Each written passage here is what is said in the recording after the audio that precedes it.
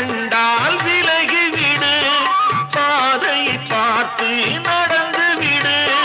பாவத்தை கண்டால் விலகி விடு, பாதையை பார்த்து நடந்து விடு.